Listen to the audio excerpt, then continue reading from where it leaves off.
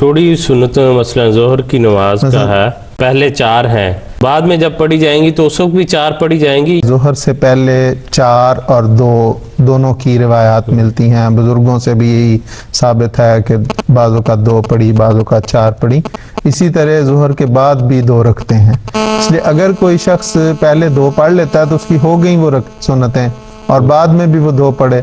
लेकिन अगर कोई ये समझता है कि मैंने पहले 2 पढ़ी थी और बाद में भी मैं मजीद 2 पढ़ लूँ, तो फिर ठीक है, बाद में वो पहले जो नमाज के मान बाद जिनका वक्त है वो पढ़ ले और उसके बाद फिर 2 पढ़ ले, तो कोई हरज की दोनों तरीक दुरुस्त हैं।